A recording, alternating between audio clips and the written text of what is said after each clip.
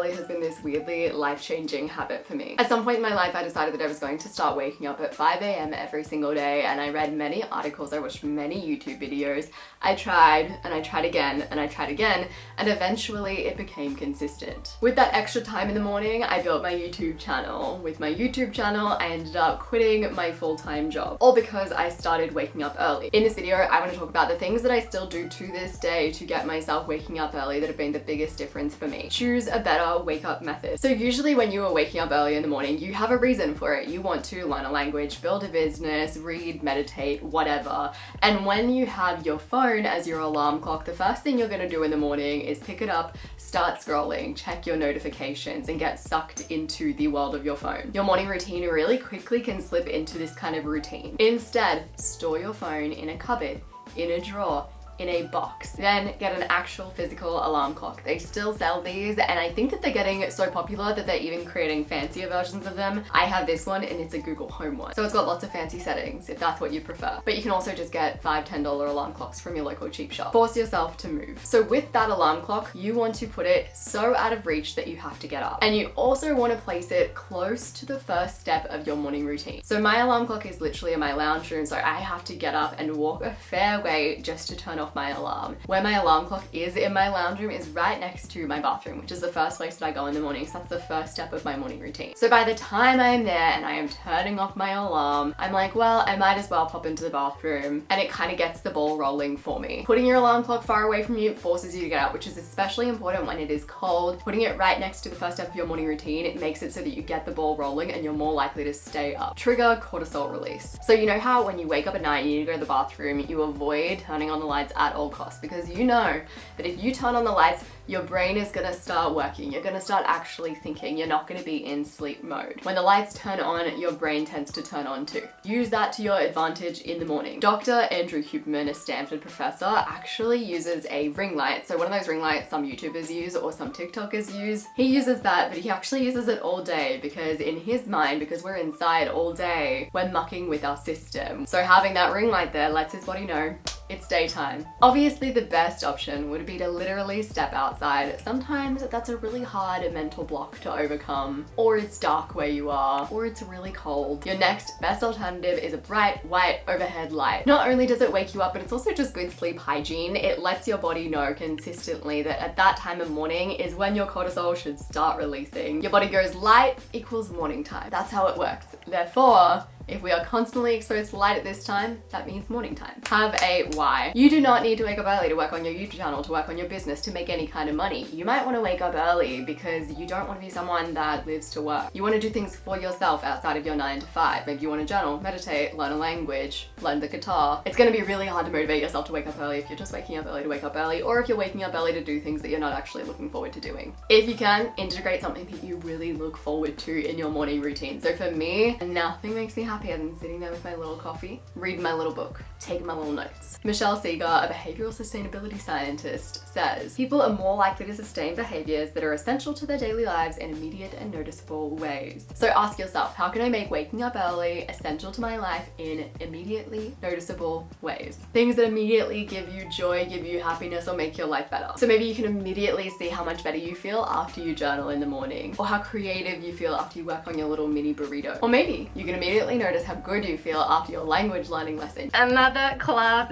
downer. You feel pride, you feel growth. If that's you and you're looking to get into language learning or just make your language learning journey even more impactful, Lingoda is hosting a sprint challenge. So Lingoda is an online language learning school with small classes or individual classes. They have native teachers and you can book a lesson 24/7. The Lingoda language learning sprint is this challenge that they do that anyone can join. So you're challenged to take either 15 classes a month or 30 classes a month for 2 months. And if you attend all of the classes, you get either 50% back or 100% back. More than 45,000 people have taken part in these language sprints before. It boosts your confidence in speaking and it shows results in a short short amount of time. There is definitely a big difference between going through flashcards and going to an actual language learning lesson with a native speaker and being prompted to speak in front of other people using your target language. So with the sprint challenge, you choose a language, you choose your sprint, and you claim your prize if you attend all of the classes. So Lingoda classes are available on Zoom. You can learn Spanish, French, German, and English, of course. Like I said, you can do one-on-one classes. You can also do group learning sessions, but the group sessions, it's 5 people max, so it's still gonna be cozy and comfortable. You're still gonna get individual one-on-one attention. All you need is an internet connection, 60 minutes in your day. Classes are taking place 24/7. I'm in Australia, they have times for me.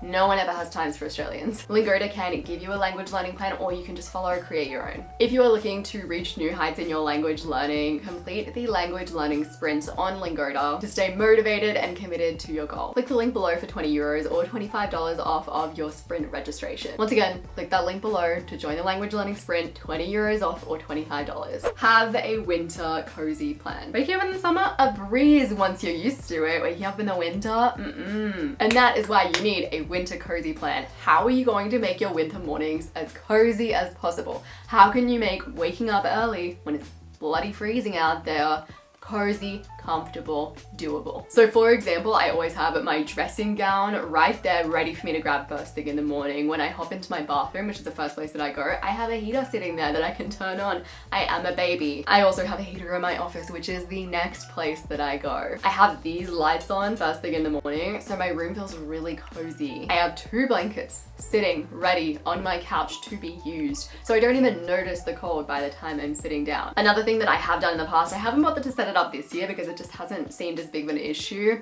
is little timed plugs. So you can set up timed plugs that turn on your heaters at certain times. So if you wake up at 5:45, which is when I wake up now, your heater will go off at 5:45. Safety concerns, look into them. Plan your morning. So even if your morning routine is the same every single morning, so maybe you just want to meditate, journal, skincare, very simple, but you're struggling to get yourself to do it, try planning out your morning the night before. So instead of just going generic, this is my morning routine, it'd be like, okay, I'm going to wake up and I'm going to journal on this specific topic because that's something I'm struggling with and I know it'll help me to do that journaling session. And I'm going to be doing this self-compassion meditation because I've been really struggling with being kind to myself lately, and that's something that I know that I need to do. I'm going to make those yummy oats for breakfast, and I'm going to sprinkle some strawberries on top, something to look forward to. I might even put a splash of vanilla in my coffee. Just generally, when you are first starting to wake up early, you don't want to wake up feeling fuzzy about what you're doing or not being totally sure if you're actually looking forward to your morning. You want to wake up and be like, man, I'm ready for those oats with those strawberries. Oh, that self-compassion meditation is going to be so good for me. I'm going to be able to feel the difference in my day. That's something I really need. This isn't even about what I was talking about before, which was making sure that you have something to look forward to. It's about making sure that you know that you're getting value out of waking up early, because it's very easy to dismiss an alarm and be like, nah, well, it's not really going to make a difference. But if you're like, oh, I'm going to miss out on that specific journaling session, so I'm going to have to deal with those struggles all week, and I'm not going to do that meditation, so I'm going to be cranky at myself all week, you are going to be more inclined to wake up early. Savor your morning time. So there's this phenomenon that psychologists call savoring, and it really is what it is. You are savoring the moment. Literally looking at your experience, noticing the details of it, noticing what you appreciate about it, noticing how good it's making you feel. This is one of my favorite things to do in the morning, and I also think it's one of the biggest motivators for me to wake up early. I love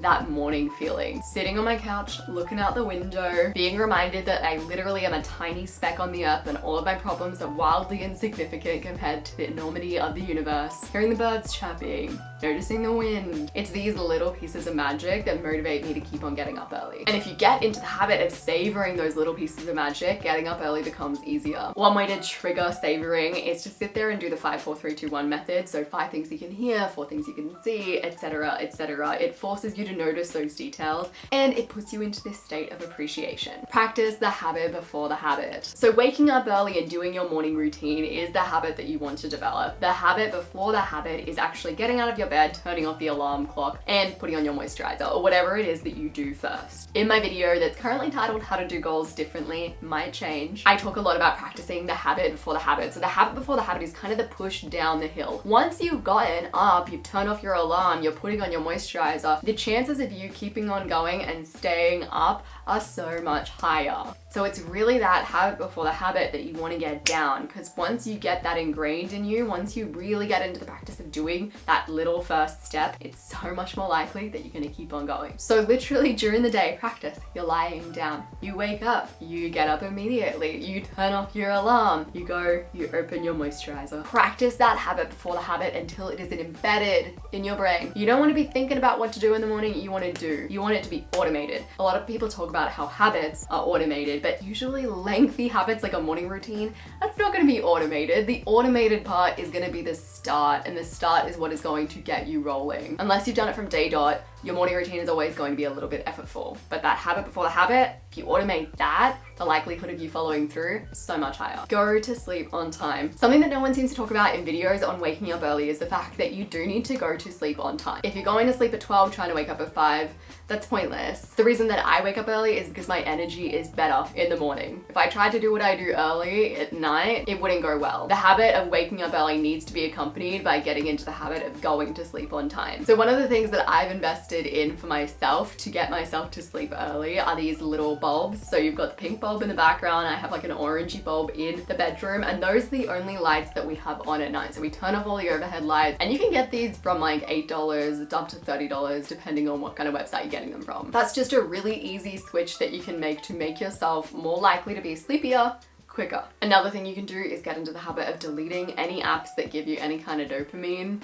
That's such a big ask at about 6 p.m. So I have an app called Opal that actually blocks me from these apps past 6 p.m. If you're really trying to embed this wake up early habit, you also need to optimize your sleep. Make sure that you are getting the most out of your sleep, you're going to sleep at the same time. If you are interested in doing that, I created an entire video with tips and tricks on how to optimize your sleep. I'm gonna have that on the screen as well as down below. I appreciate you so very much, and I will see you soon.